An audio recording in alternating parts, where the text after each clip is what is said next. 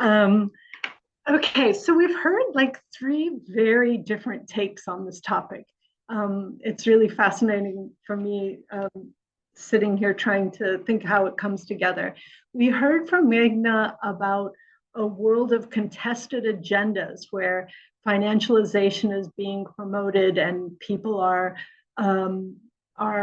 struggling to answer whether the public sector can provide and meet the finance gap. Sorry, Meghna, very roughly put.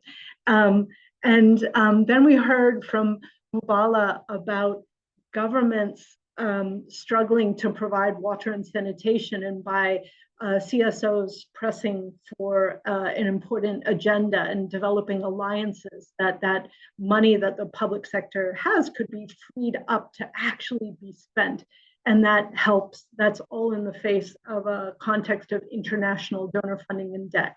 So again, you see these different actors, and then Alejandro, you come in and say, okay, but look, locally we can pull on multi-stakeholder groups and we can all work together toward a common aim of finding local funds, again, national funding to make the protection of watersheds happening.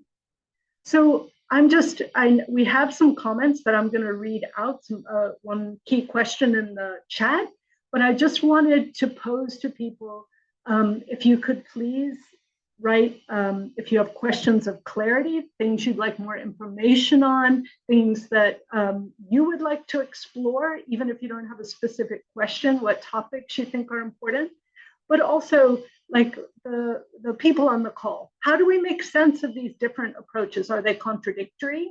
What's going on here?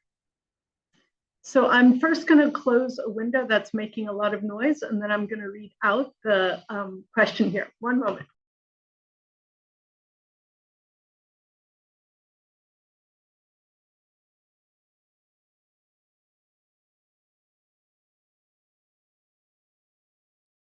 Sorry, I'm back.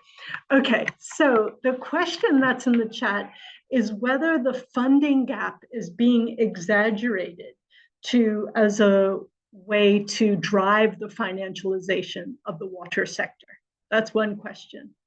It's referring to WIN's work and trying to come up with other ways to meet the finance gap, like through reducing corruption, obviously, that's important to us in mismanagement, reducing non-revenue water, spending the budgets up to 80% of allocated funds are spent.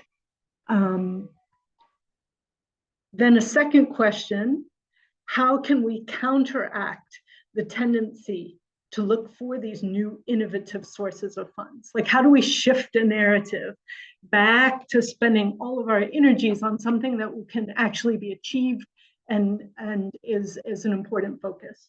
And then I would add a third question in that is what's happening, for example, in the Zambian case you shared.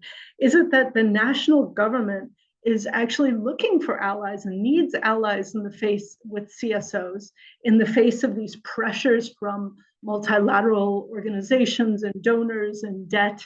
Is civil society actually a natural ally that is, and I guess that refers to your work as well, Alejandra. So we've got three questions. Funding gap exaggerated to drive financialization. How do we counteract the tendency with the narratives? And what our allies are there for a national government to encourage better use of public funds? There's another question that's come on, but let each of you give a stab to those three. You don't have to answer all three, but the ones that take your fancy. Who can we begin with? Meghna, do you want to begin? Thanks very much, Mary, and a really interesting discussion, and to hear the other speakers as well. I think on the funding gap, thank you for that question, for whoever asked that. I mean, I think there are two sides of the equation. I'm very interested to hear and would love to hear more about WIN's work to show actually also, and I think Bubala's pointed to that, also in terms of actually what's being allocated and how is it used and who is it allocated to, which is a key question, because governments often tend, it's we know in budgetary terms, it's also who the allocation goes to. That's quite important. I think that is an important aspect. I mean, obviously, I think globally at this point, there is no doubt that there is, if you look at the SDG agenda, there is a massive financing gap. We absolutely can't deny that. I mean, I think I forget the last numbers, but it's such a huge gap at the moment in terms of what was anticipated and predicted to be required, and what's actually on the table at the moment, particularly in terms of ODA, overseas development assistance. However, I think on the narrative side, I think that is important, and to bring out what can be done, and I think that national level scrutiny of the conversation to see how is key, how resources are being allocated, what kinds of decisions are being made. That's absolutely key. But I think at the international level, looking at the bigger structural factors is also key for the narrative. As I said, we are really having there's a narrative of scarcity right now that is being actively promoted, that forces our attention into this sort of sense of, particularly I think for governments who are in debt distress, like Zambia, to say, well, there's no other option at the table. This is your only option. Let's think of, first of all, the IMF and World Bank will tell you, here's our politics of austerity, please cut public spending. So that means, in fact, all the stuff you're already doing on water, etc., and sanitation is suspect. And by the way, now we have to think about how to use the funds you have to attract private donors. And I think it's that narrative that has to be challenged, as I mentioned, both on the debt dimension, on the tax reforms questions, because at the same time, we have an opportunity to reform international tax rules to stop countries like Zambia losing the huge amount of money that they are losing right now because of profit shifting and tax evasion. All of this needs to be in the equation, I think, and that's, I think, where the narrative shift should be happening. Obviously, I mean, it's a question for different groups. I mean, we can't, I mean, as an organization, the Center for Economic and Social Rights works with partners right across the world, and we just did extensive strategy consultations. We think there is a lot of interest in challenging. That's what came out of our strategy consultations from groups working in diverse sectors. And I think this is really important: agriculture, housing, water and sanitation, health, education, who do want to challenge this narrative of financialization. Because I think, frankly, I'm old enough that I've heard this all before. I heard it for PPPs. We were told for PPPs, there was a lot of evidence brought by the World Bank and IFC to say, well, this is the solution. The private sector is more efficient. The private sector is the way to get the money. I mean, let's look at the track record. I'm sorry, the private sector is not more efficient. It hasn't been more efficient. And the money has materialized in ways that are problematic, or in fact, where have the profits gone? All of that needs to be seen. But this time, I think there's a choice to say, do we wait? Do we have to go sector by sector to collect that evidence and then challenge it? Or do we question the model itself? And that model is, we want public financing, and we want the conditions internationally and domestically that make that public financing both available, but also accountable to people in terms of how it's being spent. So I think that's the second one to say. And then I think in terms of, I think this question that you have on allies, I mean, I think that's very interesting. As I said, I don't think this is a question of not using the private sector, but it's using the question of using the private sector on whose terms. Does the private sector set the terms, or does the public sector set the terms for the private sector's engagement? And I think this is the key aspect there. And I think for people who are interested, and if you're unfamiliar with it, there's really excellent work that's been done by Professor Daniela Gabor at Bristol on what she calls the new Wall Street consensus. This is going to the model of the state we want in itself. Do we want a developmental state where the state is in the driving seat and can be held accountable by people, or do we want a state which is actually a Wall Street consensus where it's much more the role of private investors and others who are driving the agenda? I mean, these are difficult questions, but I think it is really important because we are at a pivotal moment in time. And I'll stop there. Okay, great. Do you want to go ahead, Bala? There was also another question when you answer in the chat about the high levels of corruption in Zambia and what actions have been taken in the water sector to reduce the risk. If you can sort of slide that in. If not, we'll give you time after. Okay, I think, okay, so to start on the use of domestic resources, for Zambia, I mean, it is true, historically, we have been donor dependent, but in the last few years or so, we saw, I think the Ministry of Water shared with us that even the donors were also not fulfilling their complete pledges on their budgets, you know. So I think there was a year, I think it was 2022, where they got less than 20% of what they pledged, you know. So and the ministry is seeing more and more that domestic resources are being mobilized to finance services in Zambia. So, for example, for the wash sector, we have a couple of, like, two opportunities. We have the national budget, which finances the National Rural Program or the National Urban Water and Sanitation and Supply Program. But also we have the Constituency Development Fund, which sits with the MP. So the people in the constituency then decide what infrastructure projects that they will then use. So there's bursaries, there's that sort of thing. So then they can decide, okay, we would like boreholes, and we would like sanitation facilities, or we would like a school with better wash facilities, and that money is then used for that. So that is something that has devolved to a community level, which was not there previously, and that is domestic resources that is used to finance services. In terms of the austerity, when the conversation began with the IMF, one of the things that we as civil society pushed back, because those are some of our concerns, that then sectors such as our own would then be pushed to the side, and these conditionalities that get set, and we don't have a space at the table where we can also contribute to some of these discussions. But I know that in the document that's one of the conditions, that part of the bailout money is to give space so that we have more social sector spending, to allow the government. That's one of the conditions, that they must spend money in the social sector.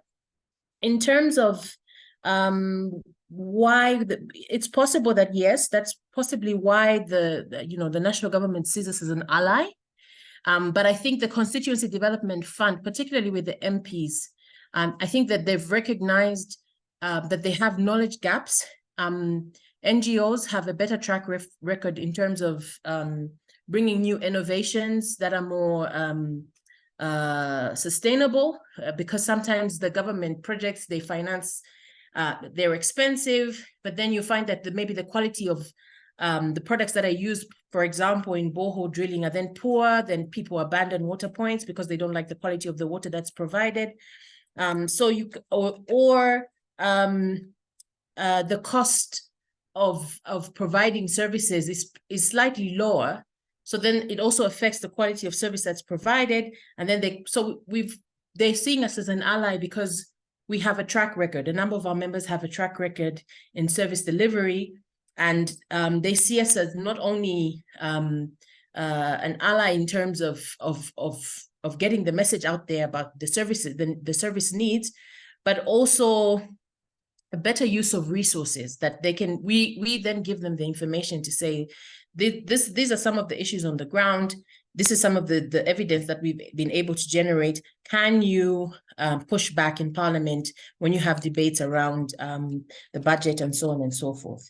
In terms of corruption, I think for the water sector, I think we've struggled a little to discuss the corruption issues. But yes, we have heard, I don't have any concrete ones. I know that there was a study that was done by Water Integrity Network, I think, on corruption in the sanitation sector. But what we have done, particularly from the commercial utilities perspective, the Auditor General's Office does a report on the performance of the water utilities and the number of governance issues in those companies.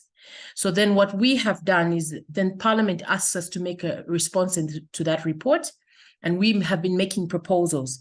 But now we want to go a step further to to do a study on the willingness of these companies to adopt some of the recommendations made by the Auditor General. And I think that those are some of the, can give us an idea into some of the corruption index issues within those commercial utilities, and the ability to plug some of the holes where money is being wasted or lost.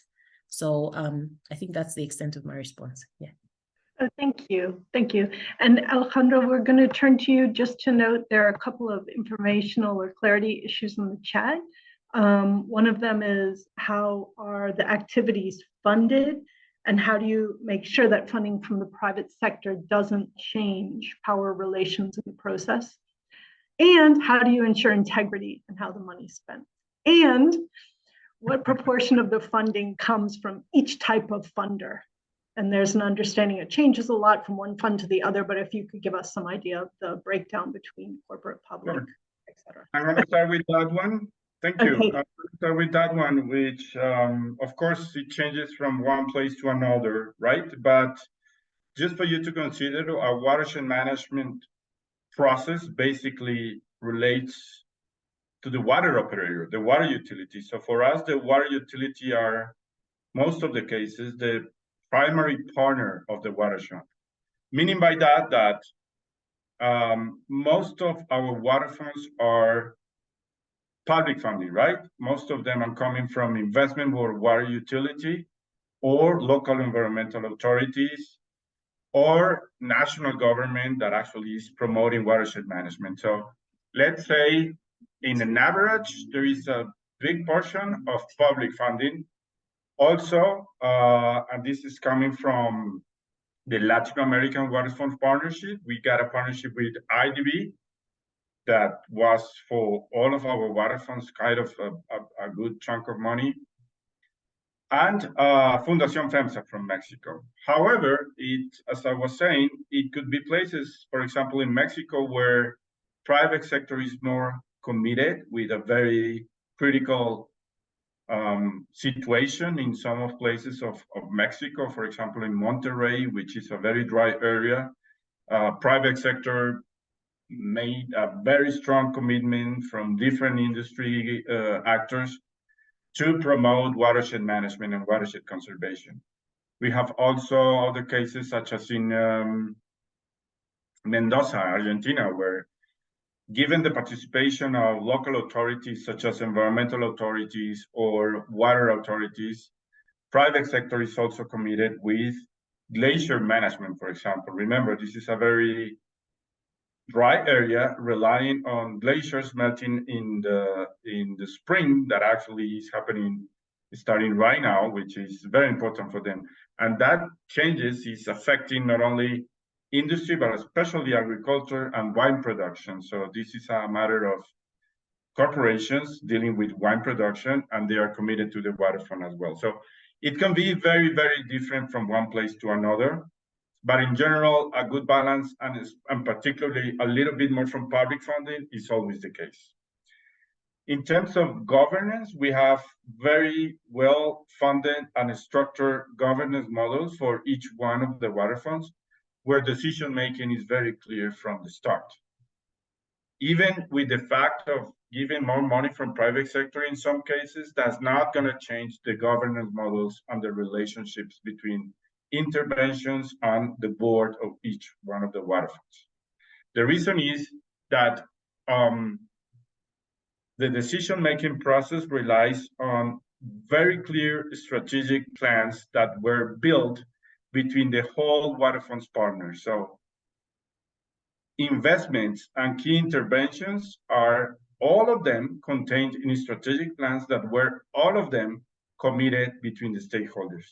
There is no room for increased power of private sector or increased votes or any kind of decision change with private sector or public sector. This is a long-term relationship and is based on strategic plans, which is based on science, and agreements between stakeholders to get a common goal.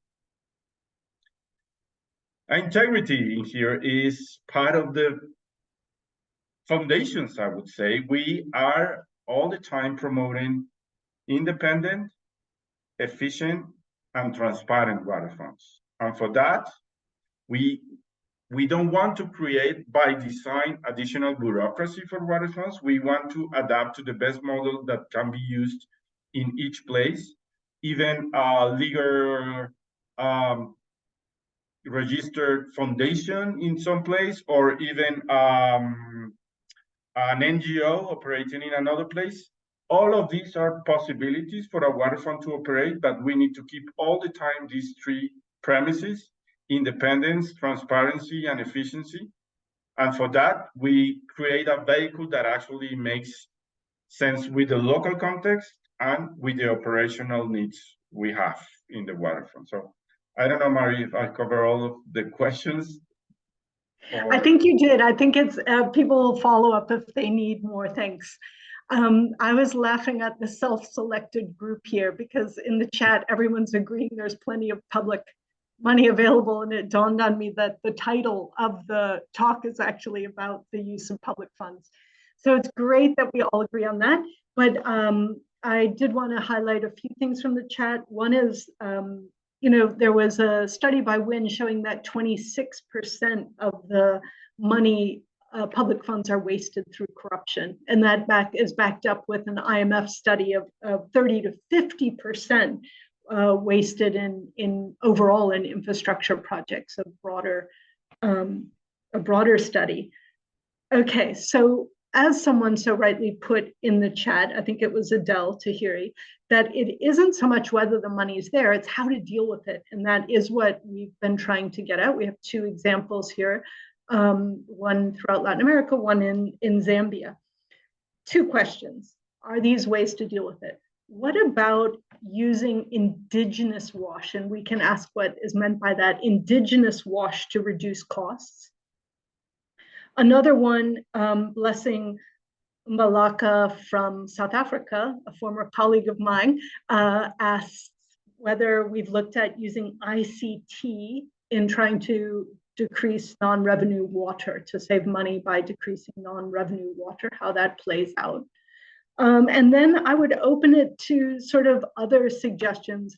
The indigenous one in some of the conversation is very much pulling on also a recognition of trying to sort of decolonize the whole undertaking of WASH and what that might entail. And I think about people like Dembisa Moyo saying, like, come on, let's get it together in the African context. Let's get it together. We don't need to rely on these external funds as much as we do. I know it's a slightly different argument, but back to trying to sort it out. So we have indigenous WASH to reduce costs, ICT use and non-revenue water. How do we get the corruption down to free up those funds that Wynn has noted, and other things? So I'd like to just hear from you. Maybe we can, I won't put you on the spot, but if you want to chime in here, speakers, or if people want to add in the chat how they would respond to this question of what are the different things that can be done. I can take the indigenous one if you want, Mary. Okay, go for it. Because I am absolutely and fully agree with that. I guess there is not only WASH, but it's a lot of activities led by local indigenous communities that are way better and way more cost effective than any other things we propose from the outside. I'm going to give you a couple of examples that we do in the Amazon basin, for example, where watershed protection is most of the times not at the core of the discussion, is more of the deforestation process and now what's going on in the water in the Amazon, right? And it's about local communities that actually are at the same time environmental authorities by law in the governments, in the central law from Colombia, Peru, Brazil, Ecuador. But most of the things for the indigenous dealing with fishery, for example, are way more effective than any other conservation scheme we propose. So respecting culture, promoting local ways of conservation, including WASH, are the best way to not only secure sustainability in these watersheds, but also secure participation of local communities. So for me, beyond WASH, including WASH, but taking in consideration local communities' approach, considering local communities' way of protecting nature, for example, is a big difference. It could be a little bit less expensive, but anyway, it could be way more effective. So that's for the indigenous component. I think there is way more things we can discuss later, but yeah. Okay, that's interesting. It's also interesting for me to try to imagine how does that prevent indigenous groups from themselves being what they already do commodified, where you would imagine indigenous groups, First Nations in Canada or in North America, water keepers, involved in these things. Others.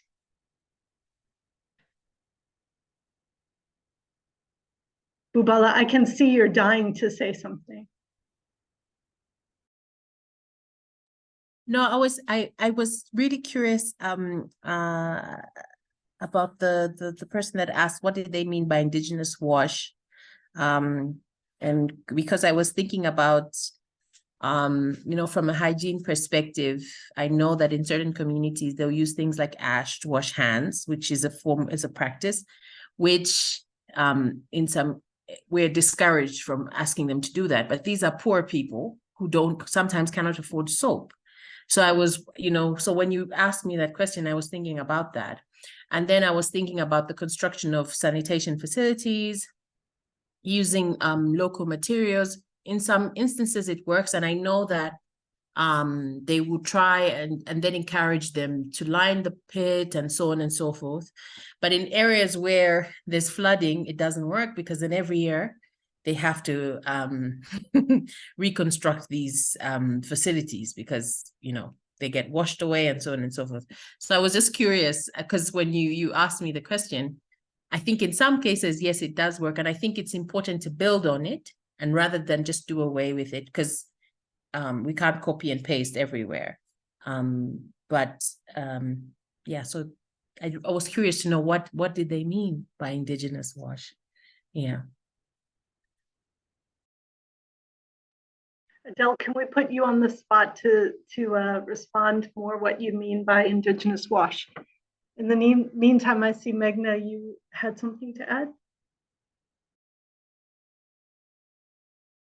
Sorry, but maybe Adele should go first, just in terms of the discussion. I'm not sure that the participants are able to access their mics, so I'm just waiting for a text response. Right. So actually, I was going to come in on a couple of things. I think also on the indigenous point. I mean, I think it's kind of interesting. I'm kind of curious to know what people have in mind as well. But we know that there is, I mean, in the broader context, we know that there's sort of a bigger discussion happening at the moment and on biodiversity and the link between biodiversity loss and many of the issues, particularly in the climate debates. And I think many indigenous people are pointing out how they have actually helped preserve, biodiversity. They have preserved many of the natural resources the world currently is actually depending on or relies on. I think, again, the question for me comes down to how do we think this should be protected, right? And I think there are many models here that are being looked at. It is key that we do look at actually empowering communities to be able to sort of protect and continue things that are important to them. Though I agree with Bubala, sometimes we have to acknowledge there's also tensions there, and that's important. It can be gender, it can be other aspects, it can be health related, but I think overall that broad framework of in indigenous rights is very important. However, again, I think there is a risk right now that kind of conservation is coming with a big price tag. And it's, again, I think there's an attempt, and sorry, Alejandro, because I am very critical of the conservation world in that regard. We've seen that with the Nature-Based Solutions 30 by 30 initiative. Again, that same rhetoric of, oh yeah, actually we'll give indigenous people a place on the table, but actually, there's a lot of attempts to sort of isolate and, say we have to block away this much land, this much water. And I think overall in the climate context, we need to acknowledge a lot of the sort of so-called solutions that are being put on the table are going to there's a massive now pressure on land. And land, as we know, when you talk about land, you also be interlinked with water for those who've been working on this on the ground. So I think there's a lot of tensions here. And in that respect, I want to kind of maybe just suggest I think it is important to look at corruption, but I'm a little bit so I think particularly domestically, I'm from India, have to look at corruption, absolutely. And it's very important that we hold governments accountable. But I think internationally, I'm a little bit also on Mia Motley's page, which is internationally, I think sometimes, particularly when the IMF and others are talking about corruption, it also becomes a little bit of a convenient sort of scapegoating exercise for developing countries. Because there's corruption everywhere in the world. There's corruption in the UK. Look at procurement for COVID. My God, appalling, absolute, but we don't hear that. We don't hear that kind of dialogue. We hear it a lot for developing countries. So yes, domestically, we must hold our governments accountable. Again, I think we have to look at the big picture here. We do need financing. I don't think we can run away from that.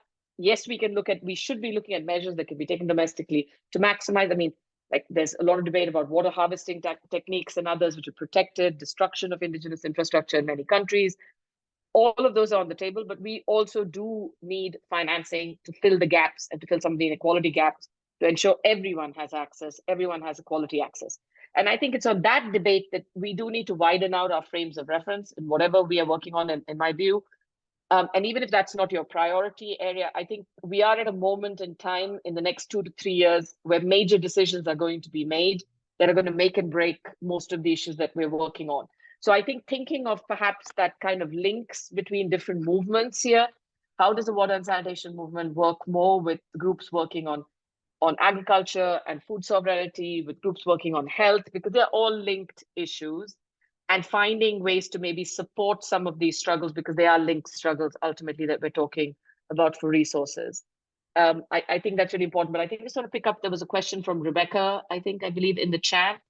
Yes, I think the issue of corporate capture in the broadest sense is key for this debate. The narrative is not coming out of the air. The narrative is very actively being sustained right now. And we know that in climate, we've seen climate denialism and then the new forms of climate denialism with sort of the solutions, geoengineering, etc., is all actively, we have the data now to show the suppression of information, the huge amount of money that goes into private sector lobbying, etc. And I'm sorry there, amongst many NGOs right now, acknowledging the challenges with the stakeholder model at the UN. International negotiations are now, for many, and I think social movements that we're working with, for example, seen as fundamentally compromised.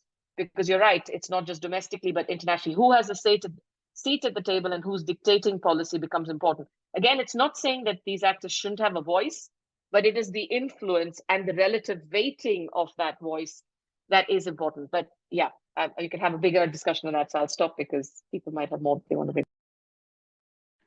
Great. Yeah, referring back to the question that, or the comment that was here from Rebecca Sands was about the power of the corporate sector, particularly with the power of the United States, and how do you respond to such a dominance or hegemony of power. So, I think that for me, that's also reflected in changing language that we use in the sector about my WIN colleagues. I think it drives them crazy. I'm always on about what is collective action, like since one is collective action, taking diverse groups of people and sticking them all together in multi-stakeholder groups, calling that collective action, or language of participation. All of these concepts are messy, and the different interests, in my opinion, we need to be blunt about it amongst ourselves. Otherwise, we actually don't know what we're doing. Speaking of blunt, Meghna posed something straight to you, Alejandro. Do you want to come back on the nature-based solutions? You don't have to. There is a diversity of opinions on everything, so not to worry. I'm fully open to follow up with Meghna later. Maybe it's an interesting discussion. I come from the conservation world, so I honestly think there is like a very big challenge ahead for us to make sure we understand what's going to happen if we don't act now. And this is not like a red light right now, like, oh no, this is like, you just said, Mary, collective action. Is all of us needs to think about what to do for the next future in terms of especially water management, right? We are on the right time to do a big change. Again, this is not like sensationalism or something like that. This is water-related risks are by far the most near future high risk we're gonna feel. So this means let's ask ourselves what needs to be done, just like that. But happy to have a nice conversation with Meghna later about NDS and unexpected results from that, which for me is our core, honestly. Yeah. Yeah. I think the one of the points is we all agree there needs to be a big change, but when it comes down to what that big change is and who the we is, are both things that need a lot of attention and will bring out some tensions. Okay, So I don't see any additional comments. Let me just double check. Does anybody else see something?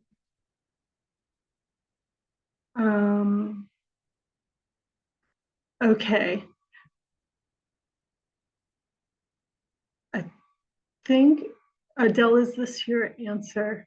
Improving the flow and quality of local water resources instead of conveying it from afar, and collective use of available water, sanitation, and extension.